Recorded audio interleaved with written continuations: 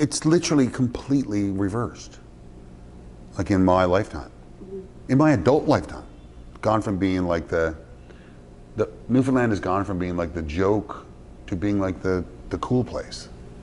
Like the people, it's gone from being the place that people would reluctantly say they're from to where they're super proud to say they're from. In like half a generation. It's amazing. But of course I was born in 1969, and by the time I was like 10 or 11, that was still lingering in the 70s. You know, the Newfie joke books and all that kind of thing was still a thing, right? And by the time I became old enough to realize what it was, you know, which is just, you know, these stereotypes of like lazy people, you know, lazy, dumb people from Newfoundland. And I was going around Petty Harbour going like, who is this about? Who are they? Like what, I grew up in Petty Harbour, like a town that didn't go to sleep for 6 months a year. You know, it was like, are we the lazy people? I mean, we are. Like, this never made sense to me. And of course, in the early 90s, when Great Big Sea started rolling, and the most surprising thing happened, that we ended up becoming spokespersons or ambassadors for the province or whatever.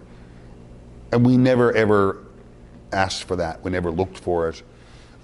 It just happened because we got popular. And we were the, you know, for better or for worse, we realized that we were going to be a lot of people's first impression about Newfoundland. If they knew anything about Newfoundland, they probably knew us. And thank God we took that seriously. And we were like, okay, well, we're not that. We're not Newfie joke books, and we're not like, I don't know what we are, but we're not that. And we're not having it. Yeah. And then all of a sudden it's like, wait a minute. Like, we're not laughing at them now. Like, yeah, you're not like in defensive mode all the time, right? You're just like, and as you get a bit more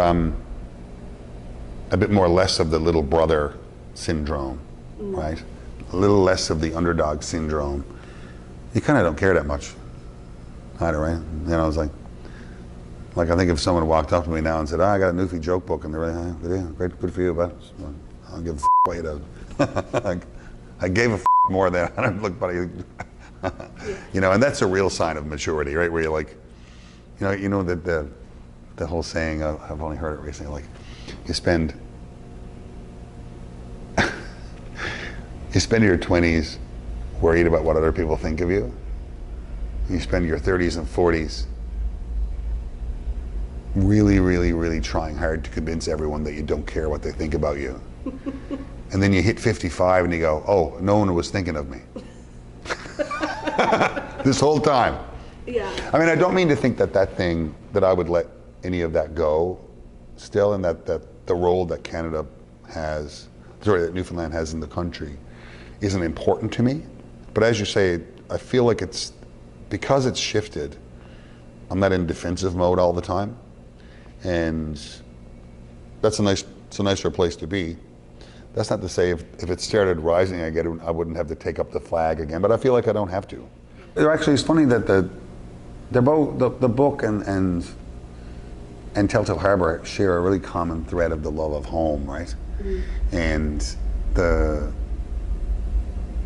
book is really a sort of a travel log and observational journal about discovering and rediscovering the place that I talk about all the time. Mm.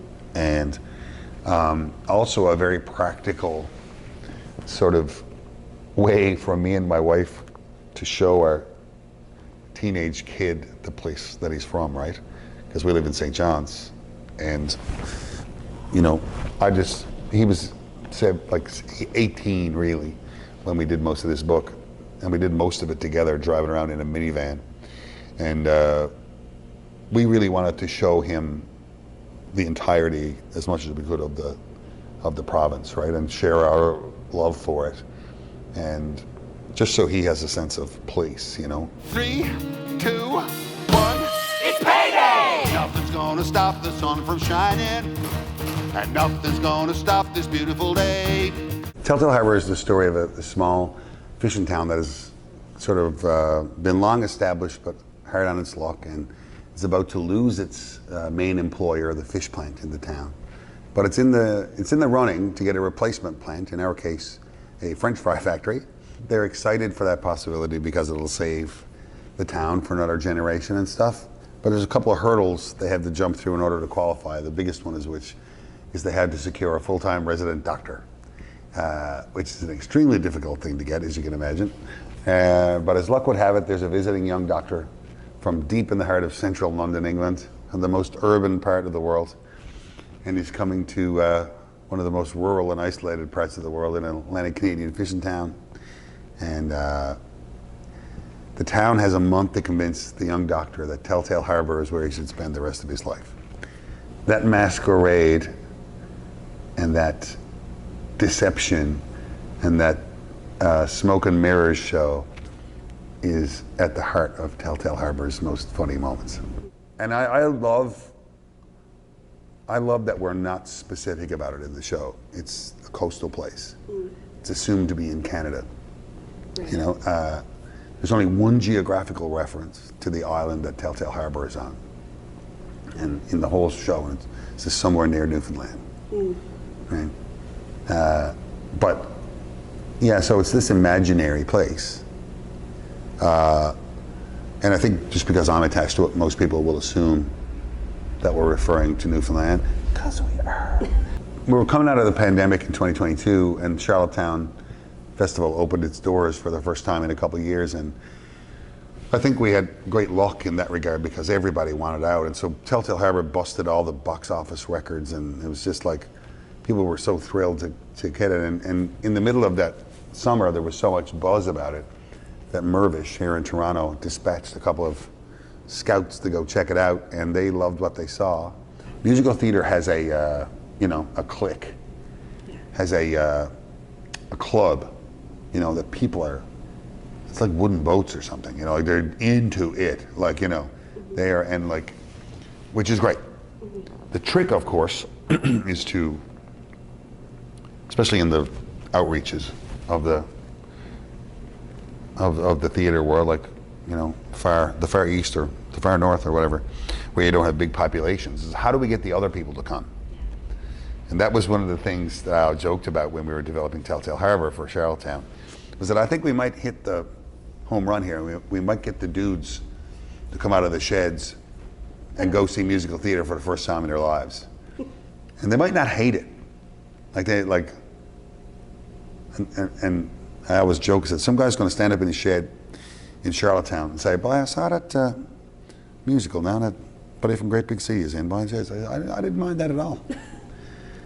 And I was like, and they were like, "Well, I think we'll do better than that." I was like, "No, we won't. If we can get that guy to say, I didn't mind it, that is a home run."